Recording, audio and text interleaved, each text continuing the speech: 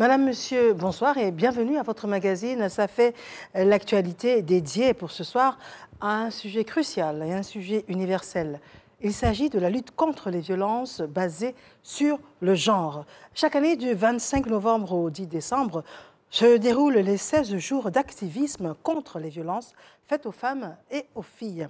Cette campagne mondiale vise à sensibiliser, mobiliser et engager des actions concrètes pour mettre fin à cette injustice, à ces violences. Nous recevons sur notre plateau la présidente du comité d'administration de l'ONG Bloom, une organisation dédiée à l'assistance, à la protection et à l'autonomisation des victimes. Ensemble, nous allons décrypter les enjeux, partager leur vécu et explorer des solutions pour leur mieux-être. Et ça fait l'actualité. Davis Oyo nous propose son élément du reportage et je vous retrouve juste après. Les violences basées sur le genre inquiètent de plus en plus en Côte d'Ivoire. Ces violences conduisent parfois à l'irréparable. En témoigne l'histoire de celle qu'on appellera Nadia, une survivante des violences basées sur le genre. Ce jour-là, je me rendais au champ. Sur le chemin, j'ai croisé un homme qui a obstrué mon passage et a demandé à coucher avec moi. Avec une machette en main, il a dit que si je ne lui obéis pas, il va me taillader. Après m'avoir violée, pas peur d'être dénoncé, il s'est mis à me donner des coups de machette jusqu'à ce qu'il coupe ma main droite. Pour lui, j'étais morte. Tailladée à plusieurs reprises, Nadia gardera les séquelles de cette journée sombre pour le reste de sa vie. Diane, nom d'emprunt, est une autre victime d'agression sexuelle. Elle a vu ses frères tués par son bourreau avant de la laisser pour morte. Il dit qu'il veut se coucher avec moi. Elle me dit que s'il n'est pas accepté, il va me faire du mal. Il a couché avec moi devant mes petits frères. Il dit que peut-être s'il ne nous a pas tués, mes deux petits frères vont les tuer. Mais ça, il a pris le plus petit 4 ans et puis il a commencé à le macheter. Face à la recrudescence de ces violences, plusieurs campagnes de sensibilisation sont menées par ministères, sociétés civiles et ONG. L'ONG Bloom a fait de la lutte contre les VBG son cheval de bataille. L'organisation non gouvernementale, accompagnée des autorités publiques, pousse les victimes à dénoncer de plus en plus les actes de violence. En 2023, 8862 cas de VBG ont été déclarés et traités en Côte d'Ivoire. Des chiffres effrayants. Nous sommes de retour en studio. Nous recevons Madame Danielle Lidegwe. Vous êtes épouse de Cissé Bakongo. Madame, bonsoir. Bonsoir, madame. Vous êtes PCA de l'ONG Bloom. Exactement. C'est bien ça. C'est bien ça. Merci d'être sur notre plateau. Je vous en prie. Merci à vous. Alors, l'élément de reportage, quel est votre ressenti? C'est toujours avec beaucoup d'émotion que je regarde péniblement ces images, de voir des femmes injustement mutilées dans leur être. Et cela relève encore davantage l'urgence justement de faire face à ce fléau-là, parce que ces violences sont devenues vraiment un fléau et une véritable atteinte aux droits humains. Alors, nous allons revenir sur le contexte des violences basées sur le genre, le contexte, la définition, les 16 jours d'activisme. Pourquoi en cette période-là et qu'est-ce que ça veut dire exactement? Il faut dire que les violences basées sur le genre s'entendent de tout acte perpétré à l'endroit d'un individu ou d'un groupe d'individus en raison de leur genre et qui a pour conséquence de leur causer de la souffrance contre leur volonté. Et aujourd'hui, nous sommes à quelques jours de l'ouverture de la campagne des 16 jours d'activisme, qui est justement un moment qui vient nous rappeler, nous sensibiliser à la lutte contre ces violences-là, nous rappeler le prix qu'a déjà payé nos pionniers dans la lutte par le passé. Il y a eu des femmes comme les sœurs Mirabel qui ont perdu la vie pour pouvoir lutter pour leurs droits. Et aujourd'hui, ce fléau-là persiste et cette campagne-là nous permet vraiment de nous remémorer ce combat-là et nous exhorter à y aller davantage de sorte à pouvoir atteindre son éradication. Et pourquoi 16 jours? Pourquoi pas 15 ou 20? Oui, parce qu'il faut beaucoup de jours, au-delà même de ces jours pour lutter contre cette violence. Mais il faut dire que c'est vraiment pour nous permettre de toucher le maximum de personnes et aussi pouvoir chuter sur le 10 décembre, qui est la date reconnue au niveau international pour justement célébrer les droits de l'homme dans le monde. Quand on parle de violence basée sur le genre, on parle essentiellement de la femme et de la fille. Ce sont les cas les plus récurrents. Récurrents, oui. Donc la femme, la fille, mais aussi des hommes. Des hommes, parce qu'ils sont aussi touchés par les violences basées sur le genre, mais un peu moins que les femmes et les filles. Est-ce que vous avez des données clés à nous partager en ce qui concerne des chiffres, les violences basées sur le genre dans le monde et puis spécifiquement en Côte d'Ivoire? Oui, il faut dire que parlant des violences basées sur le genre au niveau mondial, nous dénotons, selon les différentes études, qu'il y a une femme sur 3 qui est victime de violences, ce qui est déjà énorme. Au niveau national, on dénote de 2020, où nous sommes passés de pratiquement 2000 cas de violences basées sur le genre, à 2023, où nous sommes aujourd'hui à 8800 cas de violences basées sur le genre. Donc, en 4 ans, cela a quadruplé. Exactement. Qu'est-ce que ça veut dire? Quadruplé. La violence est grandissante. Est grandissante. Les 4 dernières années. Mais comment vous pensez pouvoir l'expliquer? Il faut dire déjà qu'il y a un point positif et négatif. Bon, négatif parce qu'effectivement, les violences sont toujours perpétrées. Les faits divers on parle au niveau national, on voit les féminicides, on voit le meurtre des jeunes filles dans des résidences meublées et même à l'intérieur même de couples, nous voyons des femmes qui y perdent la vie. Mais il faut dire aussi que de façon positive, cela peut s'expliquer par le fait que les actions de sensibilisation s'étant intensifiées au niveau national, les femmes libèrent un peu plus la parole et dénoncent davantage toutes ces violences. Donc les statistiques aujourd'hui sont beaucoup plus réelles, reflètent beaucoup plus ce qui est réellement. Oui, exactement. Mais il faut dire aussi qu'il y a encore de la persistance en termes de résolution à l'amiable, mais aussi de silence. Donc on peut dire que si toutes les victimes arrivaient à s'exprimer comme on l'espère, on aurait pu avoir au-delà des 8800 cas en 2023. Alors selon votre regard, comment nous décrire l'implication de la société civile, des ONG, de l'État dans cette lutte, dans cette campagne? Il faut dire qu'en toute sincérité, il y a une grande amélioration dans la prise en charge, même dans la lutte, ou même du moins dans l'encadrement des violences basées sur le genre et de la protection même des droits de la femme en Côte d'Ivoire. Hier, ou des années en arrière, ce n'était pas franchement le même résultat qu'on regarde aujourd'hui. Il y a une forte implication politique au niveau même des ministères de tutelle, avec la ministre qui s'implique énormément et qui travaille beaucoup avec les organisations de la société civile. Et au niveau de la société civile, il faut dire que grâce à toute cette implication politique, à tous ces mécanismes qui sont mis en place, on voit qu'il y a davantage de femmes qui osent porter justement des organisations non gouvernementales et osent lever la voix pour dénoncer et inciter des autres femmes aussi à en faire de même. Donc je pense qu'il y a une réelle implication nationale autour de ces questions-là.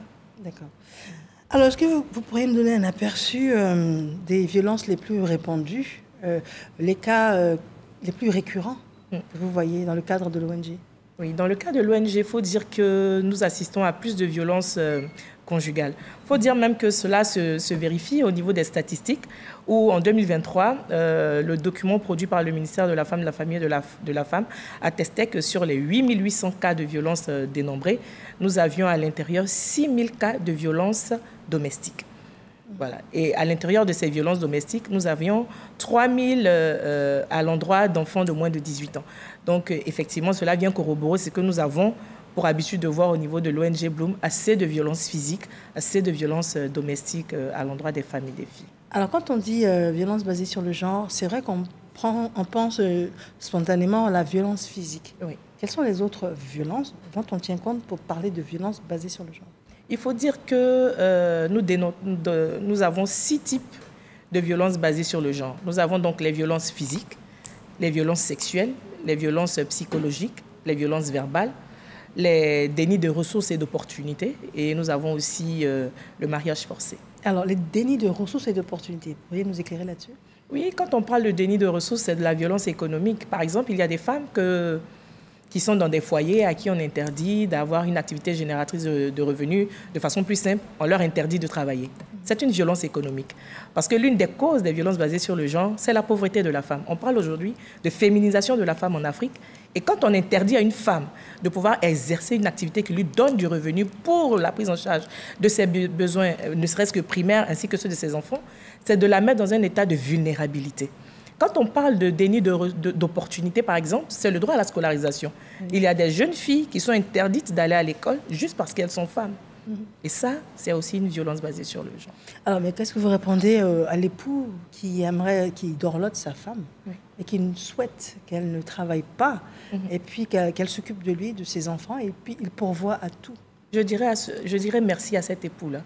Je lui dirais merci vraiment pour tout l'amour qu'il donne à sa femme et je l'encourage à lui donner suffisamment d'amour en lui permettant d'aller travailler. Parce que l'amour, aujourd'hui, il est merveilleux, il est mielleux, mais dans quelques années, on ne sait pas. Et même si, pour la plupart du temps, ou bien pour cet époux-là, cela peut aller jusqu'à ce que la mort nous sépare, il faut permettre aussi, après le départ à la femme, de pouvoir être indépendante économiquement pour prendre le relais. Dans tout état de cause, il faut dire qu'il serait bien par amour de laisser la femme vaquer à des activités génératrices de revenus pour elle aussi aider son ménage, aider ses enfants et s'épanouir. Parce que le travail, ce n'est pas seulement l'épanouissement financier, mais il y a aussi le fait de savoir qu'on est utile à sa société. Sentir utile, c'est fondamental. Oui, c'est fondamental, puisqu'aujourd'hui, nous avons 40% de femmes au niveau de la population ivoirienne, et c'est vraiment une main-d'œuvre de qualité. On ne peut pas priver l'État d'une ressource humaine de qualité juste par amour. Alors, dans le cadre de l'ONG Bloom, quelles sont les actions concrètes que vous menez, que vous comptez mener dans le cadre de la campagne des 16 jours d'activisme? Il faut dire que pour cette année, l'ONG Bloom prend la direction de Diokwe. Diokwe pour mener ses activités dans le cadre de la campagne des 16 jours d'activisme, parce que Diokwe accueillera bientôt un édifice en faveur des femmes et des filles qui sont victimes de violences basées sur le genre. Alors, cette année, il s'agira pour nous, le 25 novembre prochain, de faire une activité officielle d'ouverture où nous allons décerner des distinctions à certains ambassadeurs, notamment 50 ambassadeurs dans le district des montagnes, 50 ambassadeurs qui porteront la lutte contre les violences basées sur le genre. Et qu'est-ce que vous comptez édifier à Diokwe? À Diokwe, nous sommes en voie de construction de ce qu'on a appelé le village Bloom, qui est un centre d'accueil et de prise en charge holistique des victimes de violences, des femmes et des filles victimes de violences basées sur le genre. Vous nous rappelez la raison fondamentale du choix de Diokwe? Oui, il faut dire que Diokwe, dans les statistiques, fait partie des régions avec le pic le plus élevé de violences à l'égard des femmes et des filles. Cela vient être corroboré par le dernier rapport qui est sorti au niveau du CNDH-CI, du Conseil national des droits de l'homme, qui fait état des statistiques galopantes en termes de grossesse en milieu scolaire. Et Diokwe n'est pas en reste de ces villes-là avec le pic. Donc, c'est toutes ces raisons-là qui nous ont poussés à y aller pour instaurer justement un centre. D'accord. Alors, des actions concrètes terrain, on en a parlé. Alors, des raisons concrètes terrain qui pousseraient les femmes à éviter la dénonciation. Quelles pourraient être ces raisons? La première raison, c'est la pauvreté. Parce que l'une des causes majeures des violences basées sur le genre, c'est le manque d'autonomisation financière. En général, je le disais tantôt, qu'on parle de féminisation de la pauvreté. En d'autres termes, la femme est plus pauvre que l'homme. Donc, en général, je le disais tantôt que le pic de violence est signalé au niveau des violences domestiques, donc dans un cadre de couple. Tout à fait. Donc, une femme qui est en couple avec son homme, qui pourvoit à tous ses besoins pendant qu'elle n'a pas d'activité génératrice de revenus, elle n'a pas des moyens financiers pour subvenir à ses besoins, je ne vois pas comment est-ce qu'elle aurait la force de dénoncer ce dernier, là, ou même de sortir. En général, on entend les femmes dire « je reste là pour mon enfant » jusqu'à ce qu'elles y perdent la vie et qu'on parle de féminicide, mais parce qu'elles ne savent pas où aller. À côté de cela, il y a pas pour les enfants qu'elles restent en général. Parce qu'elles ne savent pas où aller. Je pense que c'est quand la femme répond je l'aime, il s'est excusé, je l'aime. Oui, bon, d'accord. Elle l'aime, oui, c'est aussi une raison, mais en réalité, c'est la faiblesse économique.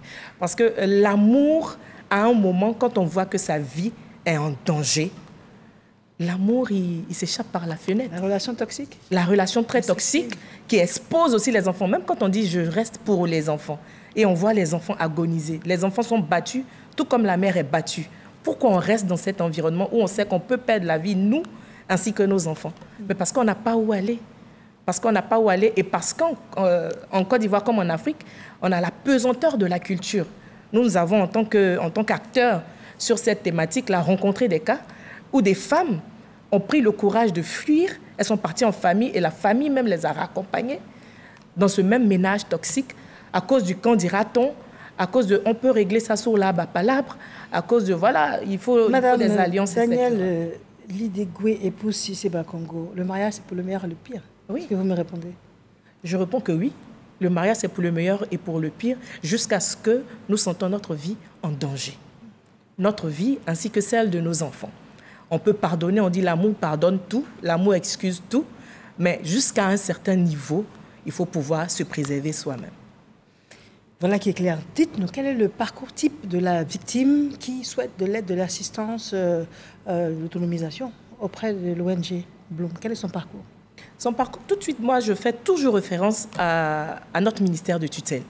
Parce qu'une organisation de la société civile ne vient pas recréer la roue.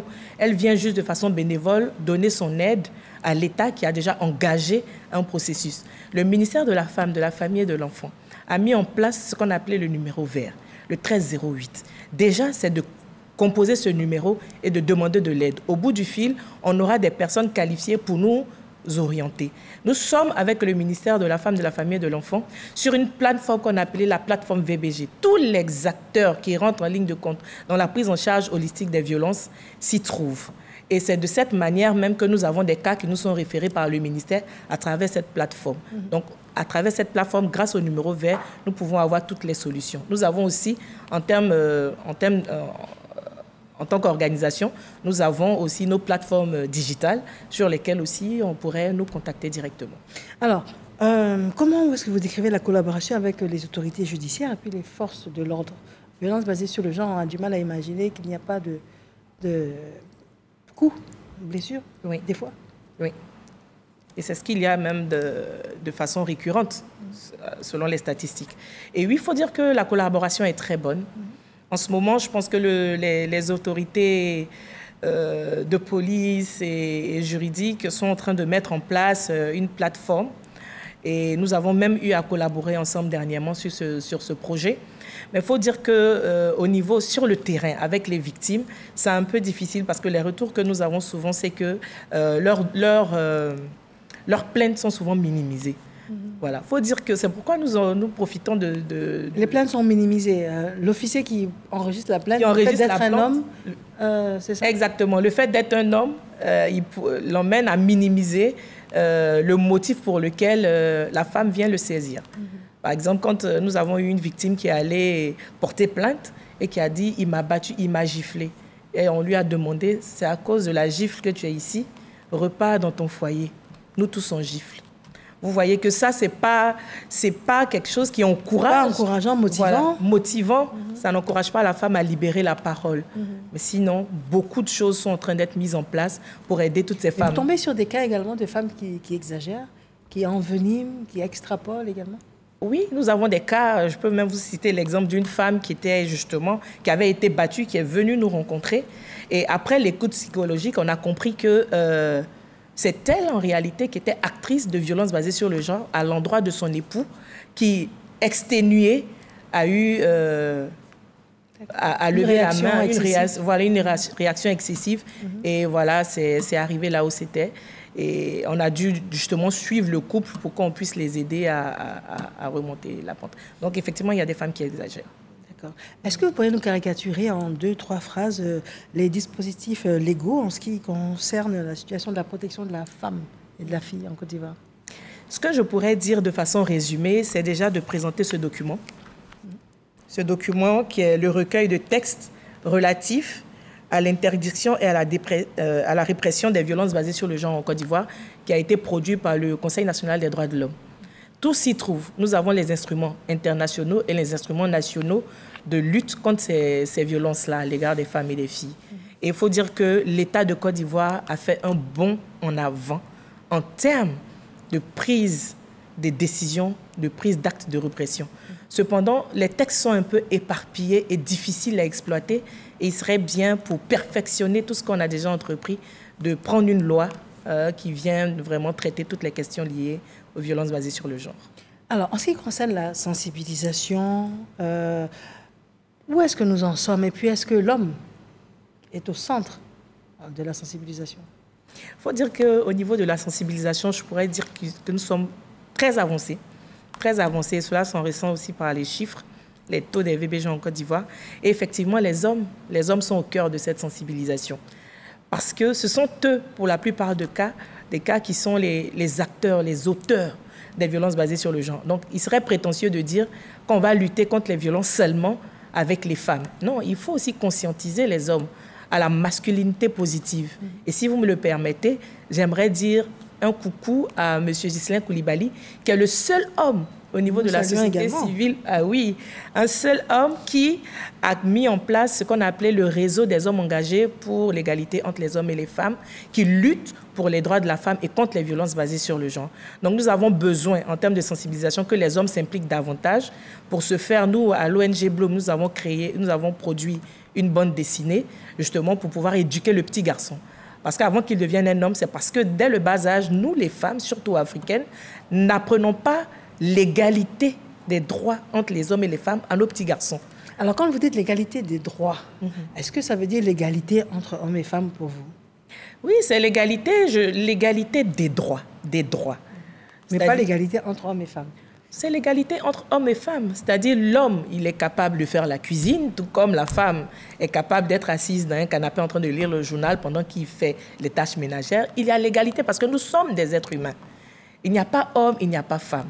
Seulement, en général, j'aime à le dire que cela ne doit pas inciter la femme à manquer de respect à son homme, notamment dans un contexte conjugal. Voilà. Mais seulement, la loi nous dit en son premier chapitre que nous sommes égaux en droit. C'est-à-dire, si l'homme va à l'école, je dois aller à l'école. Si l'homme travaille, je dois travailler.